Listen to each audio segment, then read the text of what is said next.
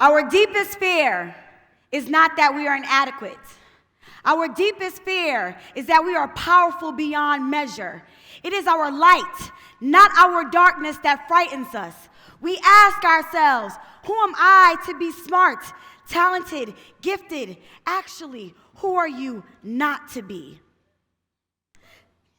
This is a poem that we have our students recite every Friday during community meeting. They sit in a circle in a gym and they recite these powerful words, these words of affirmation, these words of aspiration. They say our deepest fear is not that we are inadequate. Our deepest fear is that we are powerful beyond measure. It is our light, not our darkness, that frightens us. We ask ourselves, who am I to be smart, talented, gifted? Actually, who are you not to be?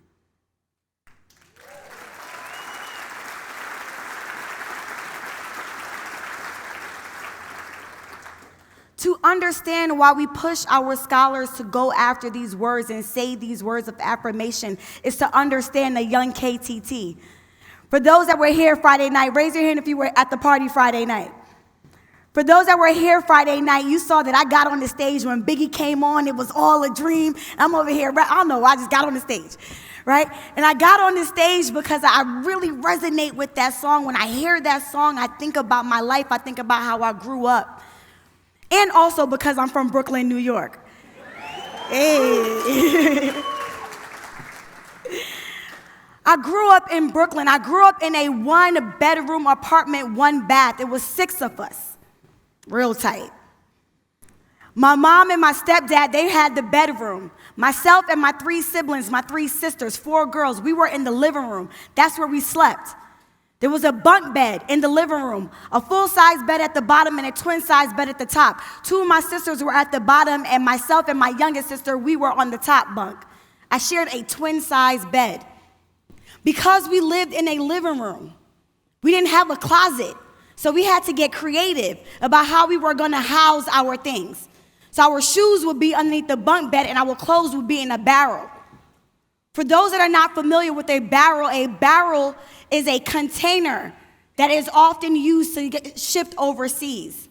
And I'm Jamaican, so we would constantly send barrels to our family members in Jamaica. But this barrel in particular was the place that held our clothes. All 4 of us shared one barrel. We had to get creative with how we were going to maneuver and pull out our clothes. So if it was the summertime, the winter clothes were at the bottom, so the summer clothes could be at the top. Make sense? There's a science to it, right? And if it was summertime, right, the winter clothes is at the bottom. It's the wintertime, the summer clothes is at the bottom, the winter clothes is at the top. Again, there's a science to it. I remember digging through the barrel, and I'm over here trying to find my summer shirt to go underneath my winter sweater. There were times in which the science didn't make sense. And the lights went out. And I remember getting so frustrated because this happened from time to time. And I remember saying out loud, yo, when I get older, I'm going to make sure the lights stay on. When I get older, I'm going to make sure the lights stay on. Now, what this illustrates that not many people are able to pick up quickly is this idea of a poverty mindset. Let me explain. A poverty mindset is when you have behaviors that are consistent with beliefs that opportunities are limited. A poverty mindset is when you barely take risk, if any risk at all. A poverty mindset is when you believe that success is temporary and in many cases not replicable. A poverty mindset is when you believe that being in the back of the pack is actually the safest place to be. Versus having an abundance mindset where you believe that things are limitless. The thing about having a poverty mindset is that when you have a poverty mindset, your aspirations are also limited. When you have a poverty mindset, your dreams are also limited. Let's go back to the story. Remember when I brought up my story, there were so many challenging things about my upbringing. So many challenges. But I said, when I get older, I'm going to just make sure the lights stay on. That's all I wanted. When I get older, I'm going to just make sure the lights stay on. Notice I didn't say, when I get older, I'm going to make sure I live in a house. Notice I didn't say, when I get older, I'm going to make sure I have multiple bedrooms. Notice I didn't say, when I get older, I'm going to have my own bed. When I get older, I'm going to have a walk-in closet. When I get older, I'm going to be in a space where the square footage is allowed to be able to fit all of us comfortably. Notice I didn't say that. Having that abundance mindset. Notice I didn't say that. I only focused on when I get older, the lights are going to be on. The thing about growing up in poverty, for those that have grown up in poverty, raise your hand if that's a similar to experience to what you've had. Actually stand. Stand if you've experienced poverty. So you understand what I'm talking about. And the fact that they're in this room, snap it up for them. Hey.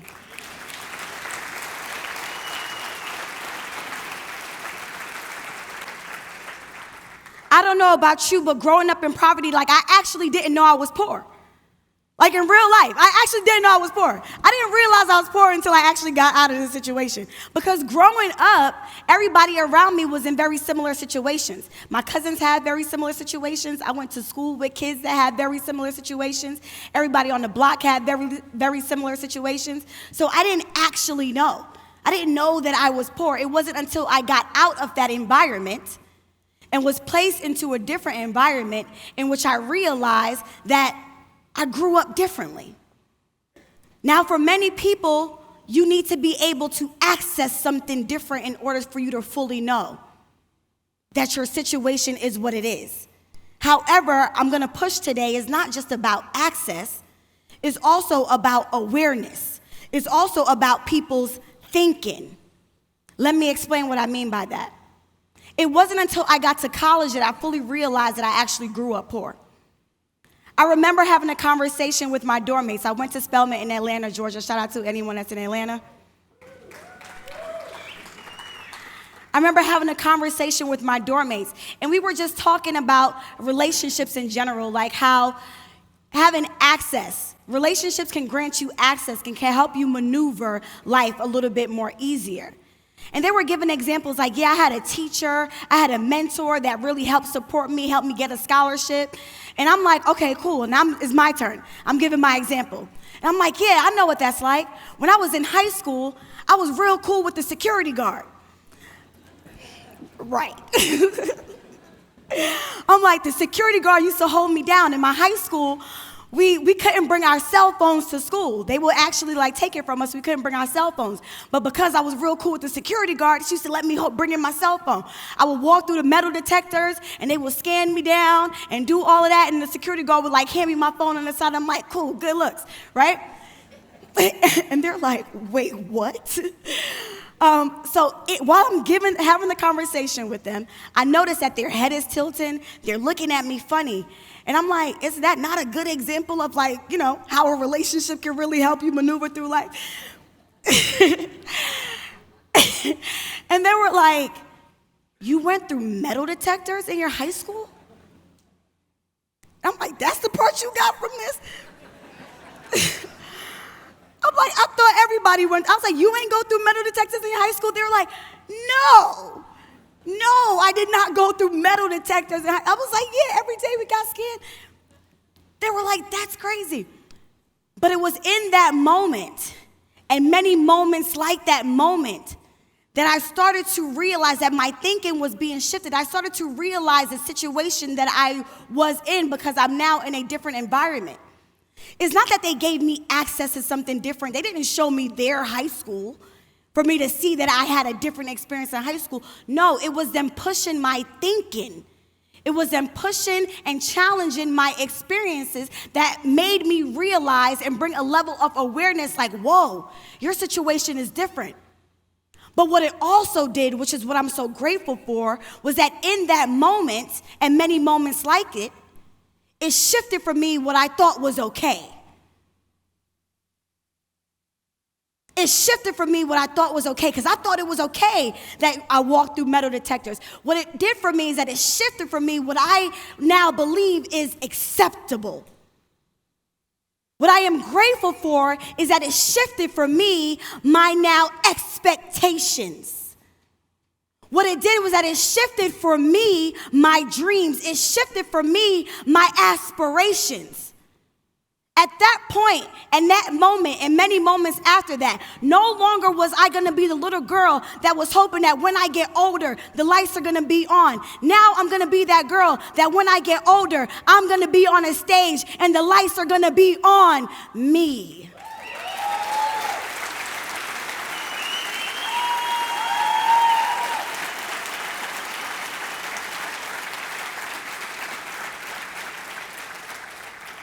Because our deepest fear is not that we are inadequate. Our deepest fear is that we are powerful beyond measure. It is our light, not our darkness, that frightens us. We ask ourselves, who am I to be smart, talented, gifted? Actually, who are you not to be? Whenever we are doing impact work, which is the work that we do at our schools, I decided in college around that time when people were pushing my thinking, when people were pushing me to see things differently, that's when I decided I want to do work like that. I want to do work in which I am pushing people's thinking. I want to do work in which I am pushing people's mindset. I want to be in education. And as an educator, when you are doing impact work, especially in communities in which resources are limited, it is very important that you do mindset work. It is very important that you push on the thinking in that community, but also, it is very important that those that are serving that community, you push on their thinking as well. What do you think about the people in this community? It is a very critical part of our work. Let me explain to you why. Last year, I did a walkthrough with the superintendent. Janika's in the building. Janika, where you at? I was glad you came, because if she stayed in the hotel room, I'd be like, dang, I done called out. Janika is a superintendent for Movement Schools, North Carolina. Janika, stand so everybody can see you.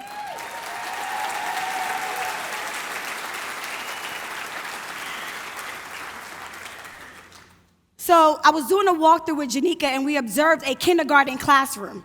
And when we walked into the classroom, we noticed that a majority of the kindergartners were sounding out sight words. They were sounding out words. Mind you, this is the middle of the year. This is January. So we only got half of the school year left. And they're sounding out words that you should just know. They were sounding out words like can, and can. And it's January. And we're over here like, whoa, this is a problem. So we had an accountability conversation. And it was very clear that during that accountability conversation, there was a misalignment with how problematic that gap was. We were getting pushback. Like, it's okay, they'll get there. It's just not a big deal. So much so that a parent called me. And the parent was like, hey, I know, you're coming through, you're making all these changes or whatever. Then I get all of that. But don't you think these expectations are just high? Like it's kindergarten, like it's all right. Mind you, this conversation came because they felt like they were advocating for the school. Here's the thing. This is what I said to the parent. I said, let me explain something to you. These expectations are not high. If you are struggling to say the word can, if you are struggling to be able to say that word and you don't just know that word now in January, if you're using so much cognitive energy to be able to pull out the word can, you're not saving your cognitive energy for the things that are going to require a deeper level of thinking, words that are going to require a more complex blends and diagraphs and things of that nature. If you're doing that now, that is going to impact the speed of how you read, which then impacts your fluency, which then impacts your comprehension. If you're doing that now, you are setting your scholar up for failure. Let me tell you something. When you look at schools in which the demographic is very different, their students are already reading before they get to kindergarten. Let's do the study right now. Raise your hand if you have a kid. Hands down. Raise your hand if your kid knew how to read before they got to kindergarten. This ain't no Yale Harvard study. This is life. You see what happened in the room? So I'm over here telling her this, and she was like, you know what? Yeah, you're right, KTT. Yeah, they could do it. They could do it. And she was like, all right, cool, I got you. What else? What other words they need to know how to know? Give me all the words. And I'm like, yes. right? So in that moment, what I realized was that there was a limited mindset about what our kids were capable of doing and what our kids should be able to do. But after that call, there was an abundance mindset that our kids are limitless, that they can meet all of the expectations that we set for them and more.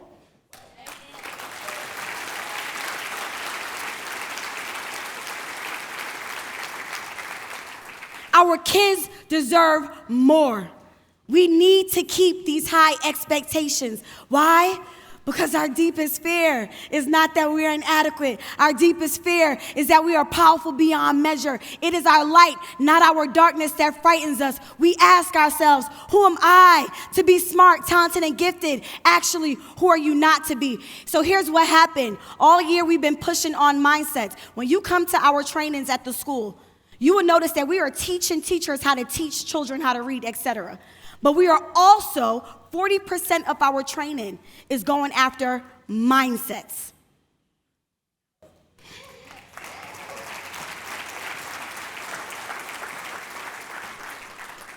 40% of our training is going after what do you think about the individuals in this community. 40% of our training is going after what do you believe about our kids. 40% of our training is ensuring that people have high expectations and that they believe that life for our kids is limitless.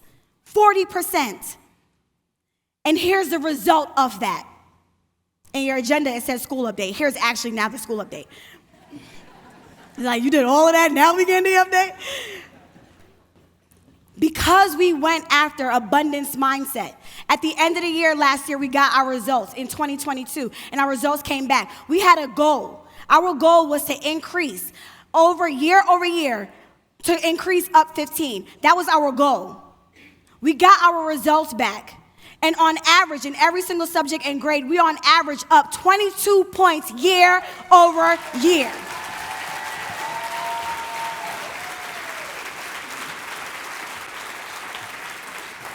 Abundance mindset. At the end of the year last year, our middle school was recognized for exceeding growth in mathematics. And they got recognition from the state of North Carolina. Abundance mindset.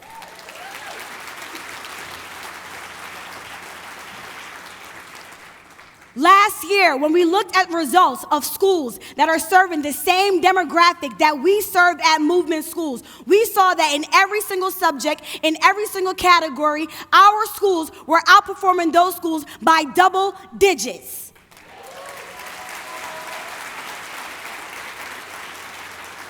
What kind of mindset? Abundance mindset. Right now, we have 3 pre-Ks, 3 elementary schools, 1 middle school. In July, we are about to open up another elementary school. We went to the state board recently in North Carolina. And when we went to the state board, we were trying to get 3 schools approved. No other organization has ever come to the board with that many schools to try to get approved at one time. That level of boldness, we got all 3 schools approved.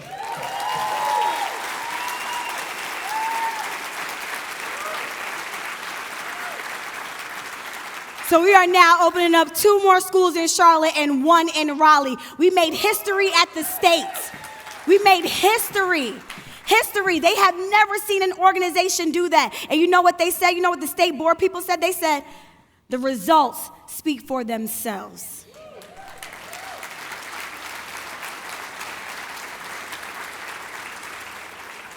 Because we know we're doing impact work. We know that we have to go after mindsets. People ask us, how did you get there? Yeah, we made shifts. Yeah, we made changes. Yeah, we made sure people were in the right seat. Yeah, we made sure that we were real-time coaching, changing outcomes in the moment. Yeah, we shifted the curriculum. And we made sure that we went after how people were thinking about our children.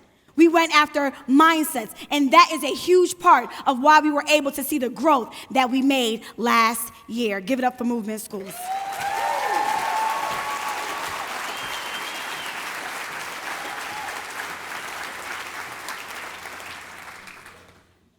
Now, as you can see, only a few people stood up when I talked about a poverty mindset. Not necessarily everybody could relate to a poverty mindset. However, yes, there are other concepts that are very similar to poverty mindset. There's a concept called scarcity mindset. You ever heard that?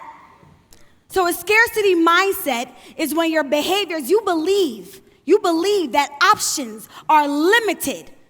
Therefore, you maneuver in that way. Your behaviors start to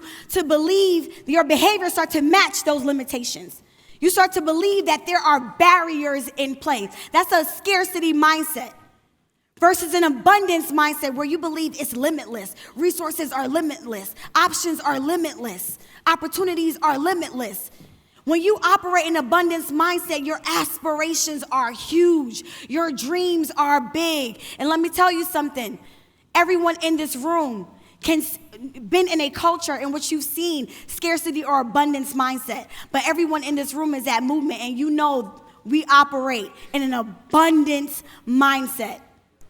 Let me tell you how. In 2008, we were in the middle of a recession, right? People that were going to go into the financial industry said, nope, I'm a pivot. Some became a teacher. Nope, not going to do that. Operated in a scarcity mindset. Movement was founded in 2008, operated in an abundance mindset.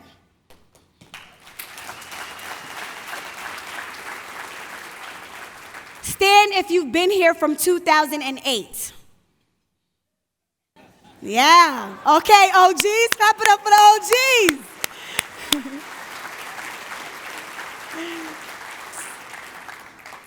In 2020, during a pandemic, right? People are pulling out of markets, operated in a scarcity mindset. In 2020, Movement made in some of their best numbers they've ever hit, operated in an abundance mindset. Currently, right now, the rates are high, and you see that folks are jumping ship. You see businesses are collapsing. Some have some valid reasons, of course, but a lot of them are just nervous, operating in a scarcity mindset. Movement is acquiring those businesses. Operating in an abundance mindset. Currently, right now, people are unsure. They're not really sure what the industry is giving. And because they're not really sure what the industry is giving, they're not really sure how much they're trying to give. Right? They're like, I'm gonna see what's gonna happen. That's a scarcity mindset. To function like that is operated in a scarcity mindset. However, at Movement, you saw the impact. You saw the names on the wall. We are given even during a challenging time because we operate in an abundance mindset. Casey said it on Friday. On Friday, he literally said, you are going to find exactly what it is that you are looking for. Casey said, you are going to find exactly what it is that you are looking for. If you are looking for things to be challenging, it will be challenging.